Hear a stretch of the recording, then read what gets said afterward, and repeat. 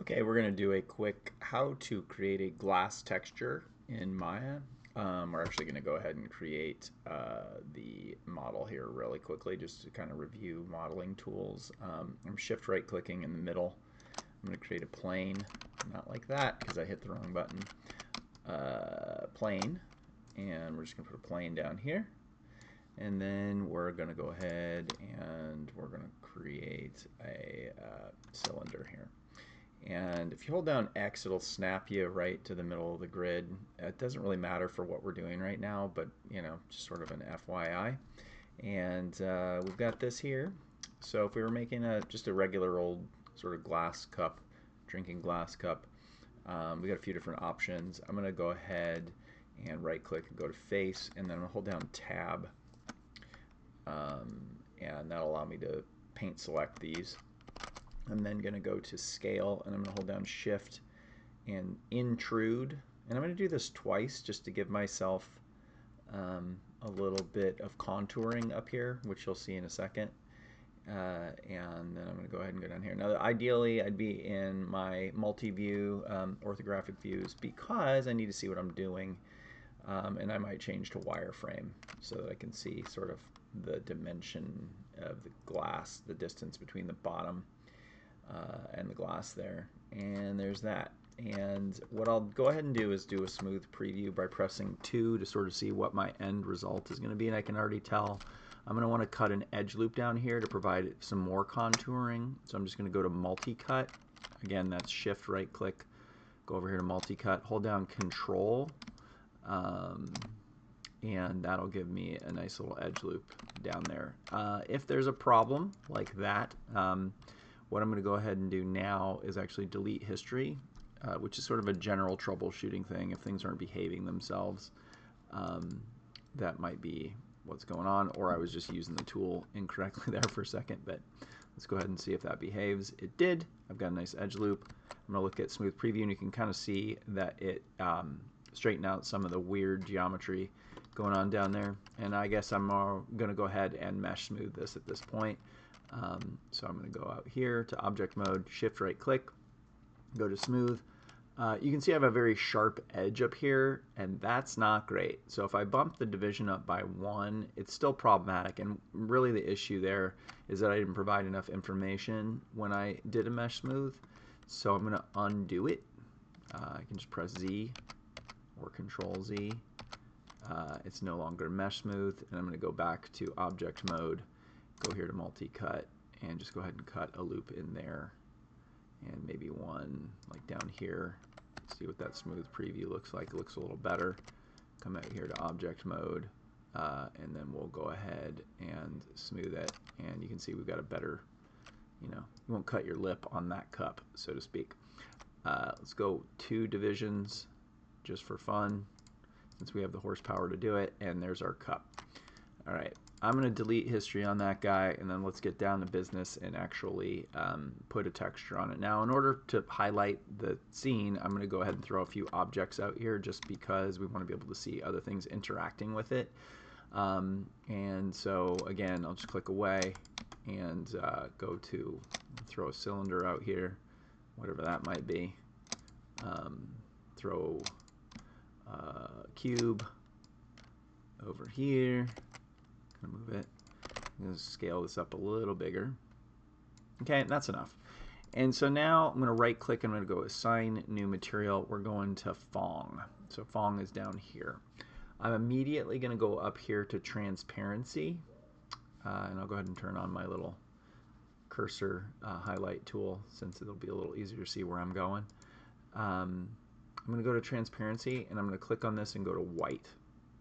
And it immediately turned the cup transparent, right? And if we want to see what that looks like, we're going to go ahead and come up here to our render settings. And I'm going to change from Arnold renderer to Maya software. The reason we're going with Maya software is in the environment that we're in currently with the lower powered, Microsoft Surface i5 processor, no dedicated graphics. Using the Arnold renderer is prohibitive. It's very slow. It would take a long time for it to render. So we're going to use things other than the Arnold renderer for now until we have access to more powerful computers. and that's why we're looking at creating this glass texture with the Maya software so that it just uses less resources to render. I'm going to go ahead and close that, and then I'm going to click this little box which just says, hey, render. And you can see it's transparent, but that doesn't quite get the job done. So if we click on the object and go to Attribute Editor over here, as you can see, that's what this is, or what that is right there. We go to Phong. We probably want to change the name of Phong to Glass. And we have other things that we need to look at. There's a lot of settings in here. The main one that we changed was transparency, but we also have ray trace options.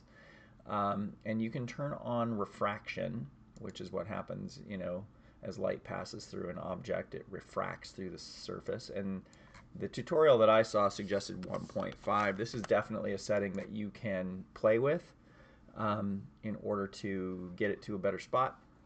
But if I click render, you'll see not a whole lot happen there. Well, that's because every rendering tool you use, if I go up here into render settings, Maya software, Maya hardware, or Arnold, all have a set of settings next to the common settings. So I'm going to go to Maya software, go down to ray tracing quality, and turn ray tracing on. Okay, ray tracing is, among other things, the computer's way of interpreting the way that light and shadow and everything in the scene with regard to the rendering process, how they interact with textures and light. So I'm going to go ahead and turn that on, which again is just right here.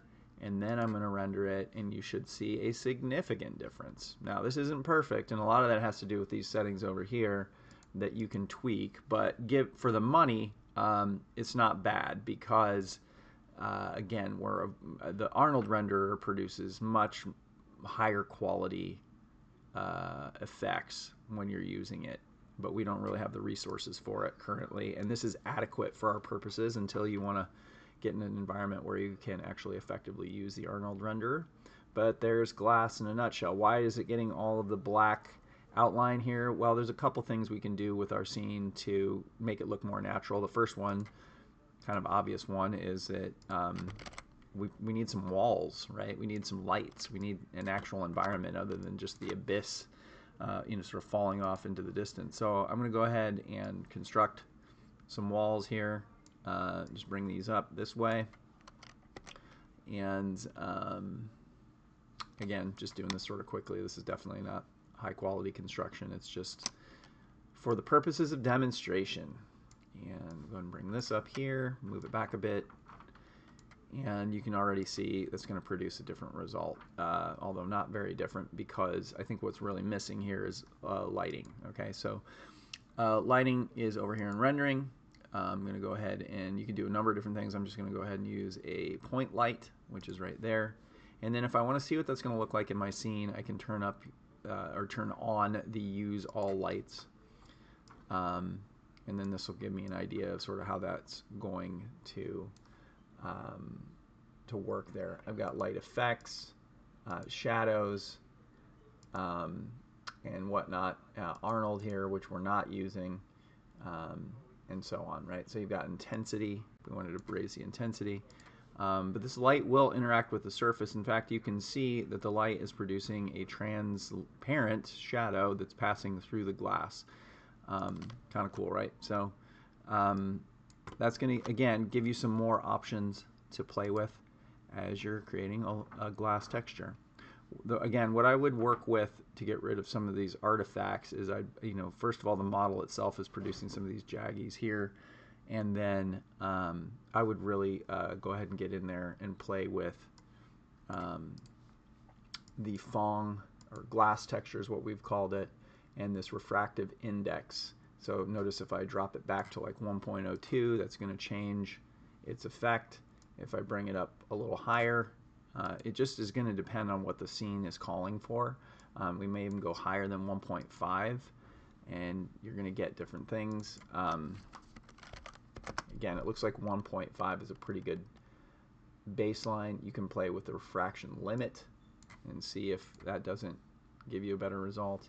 Don't be afraid to come in here and experiment. But that's a basic glass texture in Maya using the Phong render